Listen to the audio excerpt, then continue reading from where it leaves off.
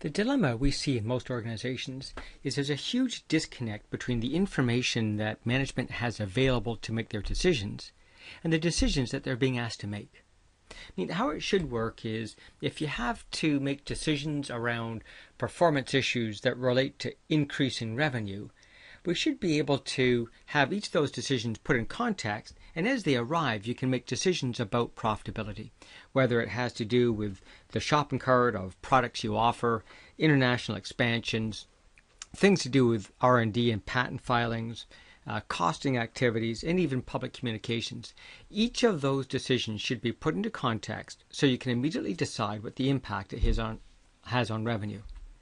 Unfortunately, what actually happens is in many cases, the data doesn't reach management's mind, either because the information comes in through the side door and not available, it's not put in context, you don't trust the information that's put available to you. So the journey here is around enabling trustworthy decisions to be made inside organizations.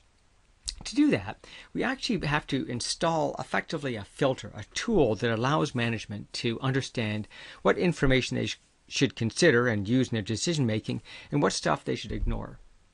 This filter has four core components. One is the data that leadership looks at needs to be trusted. We need to be confident about its accuracy, its lineage, the formulas, where it comes from to make sure that it's a solid foundation for making decisions upon. Secondly, it's got to be relevant. It's got to link up to our strategic intent and allow us to make decisions that will give us revenue or cost attraction in the marketplace. Of course, the information has to be timely. If it takes so long to cleanse the data or deliver it to the leadership team that it's no longer relevant, it's not going to help the organization move ahead. And finally, it's got to be understandable. It's got to be presented in a way that everyone in the organization can understand it. Now, if this filter works correctly, decisions should be easily filtered, identified, and put into context. In some cases, we may find information as relevant. In other cases, like expanding into new markets or setting up greenfield opportunities, might be rejected, either because we don't trust the data or the data is not in strategic context. And so as we continue to evaluate issues like global penetration and communications, some information will be germane to management, others will have to be excluded for a number of reasons. By the time that we're done, we should have an established framework that allows management to decide where they should focus and not focus their activities. Specifically, we're looking to answer for leadership 4 questions. We need to help them know what matters, what's strategically important, and the data that we can trust.